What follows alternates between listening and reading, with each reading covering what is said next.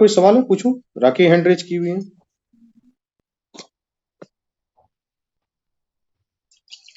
हाँ, एक बार maximum geography polity NCERT से क्या लिख रहे हैं? हाँ साकलिन, पूछो क्या पूछना है तुमको।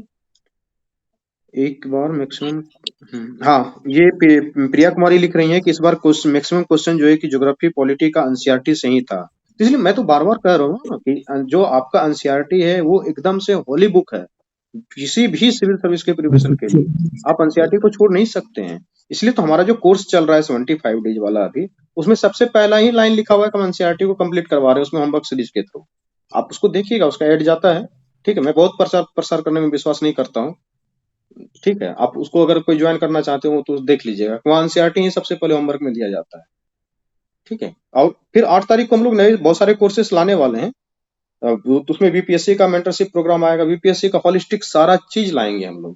ठीक है, तो वो सारी चीज भी आएंगी उसमें। एनसीईआरटी सबसे प्राइम फोकस पे हम लोग रखने वाले हैं। और सारे सारे सब्जेक्ट को होलिस्टिकली कवर करा देंगे।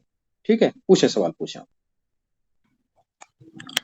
सर मेरा जो है 2-3 क्वेश्चन है। पहला क्वेश्चन ये है कि मेरा जो वन लाइनर जो है ना थोड़ा स्ट्रांग है और ओके। कंसेप्चुअल अंडरस्टैंडिंग नहीं बन रही है सर। हम्म।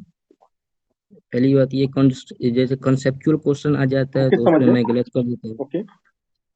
दूसरा बताइए सर कि 70वीं का जो मेंस का किसे बेसिक से मेंस का तैयारी करे सर। ओके।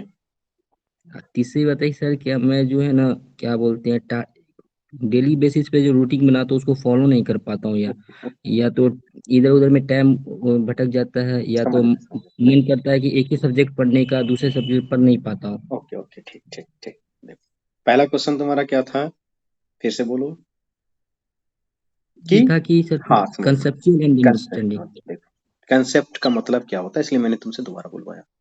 कंसेप्चुअल एनालिसिस तुम्हारा कमजोर है, फैक्चुअल तुम्हारा मजबूत है। अब जो बीपीएससी का एग्जाम 70वीं होगा, जिस तरीके से पैटर्न चेंज किया गया है, जिनका कंसेप्चुअल एनालिसिस कमजोर होगा उनको एग्जामिनेशन पास करने में दिक्कत आने वाली है, ये गांठ बांध लें। कंसेप्ट को क्लियर कैसे करें, कंसेप्चुअल चीजों को सोचे कैसे, सबसे बड़ी बात है। कंसेप्चुअल सोचने के लिए आप में से बहुत सारे ऐसे बच्चे हैं जो कि बीएसएससी बी जो वन डे एग्जामिनेशन होता है ना, वन लाइनर वाला, ल्यूसेंट ट्यूशन टाइप के बच्चे हैं। तो उनको जो है कि अब दूर करना है आपको। जो मेंस वाली किताब होती है अच्छी अच्छी, जो आपके एनसीईआरटी की बुक हैं, या फिर जो डिटेल वाली किताब जैसे स्पेक्ट्रम है राजीव बहिर वाली, या फिर पॉलिटी लक्ष्मीकांत वाला है, तो उन सबको पढ़ना पड़ेगा आपको। मैं पीटी के लिए ही कह रहा हूँ, मेंस पे भी नहीं आया हूँ।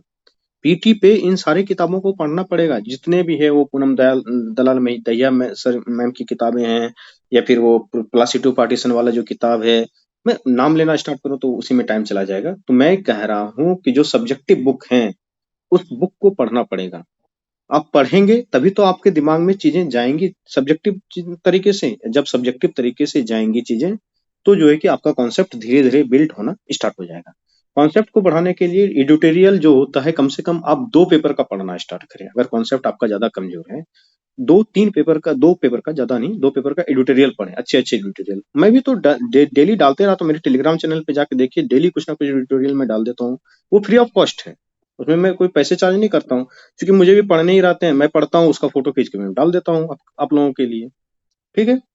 दूसरा सवाल तुम्हारा क्या रहा था कि आंसर आंसर मेंस के राइटिंग कैसे करें, हम मेंस के लिए लिए आंसर राइटिंग कैसे करें। देखो, मेंस के लिए आंसर राइटिंग करने से पहले जो मेंस के सिलेबस हैं, उस मेंस के सिलेबस को तुम अच्छे से पढ़ो। ठीक है। जितने भी बुक हैं उनकी जो अच्छी अच्छी बुक्स हैं, या किसी कोचिंग मटेरियल का नोट्स मिलता है, या हमारे यहाँ का नोट्स भी है, जो ये मटेरियल हम लोग देने वाले हैं इस बार 8 तारीख से ये प्रोग्राम स्टार्ट करेंगे। इसमें पीटी में आंसर राइटिंग वगैरह हर चीज, कई सारे प्रोग्राम हम ला रहे हैं। मैसिव जो है कि हमारा प्लेटफॉर्म बहुत बड़ा होने वाला है अब। ठीक है, तो उस पे जो है कि उस चीज को देखो। मेंस का पहले सबसे पहला काम क्या करना है, जो 69th का एग्जामिनेशन हुआ है उसका जो है कि क्वेश्चन आपको डेली देखते जाना है। प्रीवियस ईयर क्वेश्चन किसी का खरीद के लेते आना है, उसको प्रीवियस ईयर क्वेश्चन में क्वेश्चन और आंसर सहित पढ़ना है। उसको पढ़ेंगे, उसके बाद उसी क्वेश्चन को लिखने का प्रैक्टिस करना है। जो बच्चे की आंसर राइटिंग नहीं कर पाते हैं और बहुत बेसिक स्टेज पे हैं, उनके लिए ये सॉल्यूशन है कि उसी मेंस के किसी भी एक ईयर का मेंस का उठा लिया मैंने, क्वेश्चन भी है उसमें, सॉल्यूशन भी दिया हुआ है। क्वेश्चन को भी पढ़ा, सॉल्यूशन को भी पढ़ा, और वो जो है कि बहुत सारे वर्डों में लिखा हुआ, उनको छोटा सा आंसर लिखने का, उसी का देख देख के लिखने का प्रयास कीजिए। बचपन में साइकिल चलाए थे तो बहुत धीरे धीरे हाथ पकड़ के स्टार्ट हुआ था ना, उसी तरीके से आंसर राइटिंग है। आंसर राइटिंग जब तक आप करेंगे नहीं, तब तक आंसर राइटिंग आपका होगा नहीं। ठीक है, तो आंसर राइटिंग करने का सबसे बेसिक तरीका यही है। और जो मैंने बताया कि एनसीईआरटी किताबों में जो दिए हुए क्वेश्चंस, उसका आंसर लिखने का प्रयास करो। छोटे छोटे क्वेश्चन से शुरू करो। किसी बड़े इंस्टीट्यूट में जा करके उनका लंबा लंबा क्वेश्चन लिखोगे, कभी आंसर राइटिंग नहीं सीख पाओगे। छोटे छोटे क्वेश्चन, बच्चे होते हैं, बच्चे को छोटा छोटा टुकड़ा का रोटी खिलाया जाता है ना, तो उसको करो। तीसरा सवाल जो था कि हम रेगुलर नहीं रह पाते हैं, कंसिस्टेंट नहीं रह पाते हैं। बच्चों, सबसे बड़ा प्रॉब्लम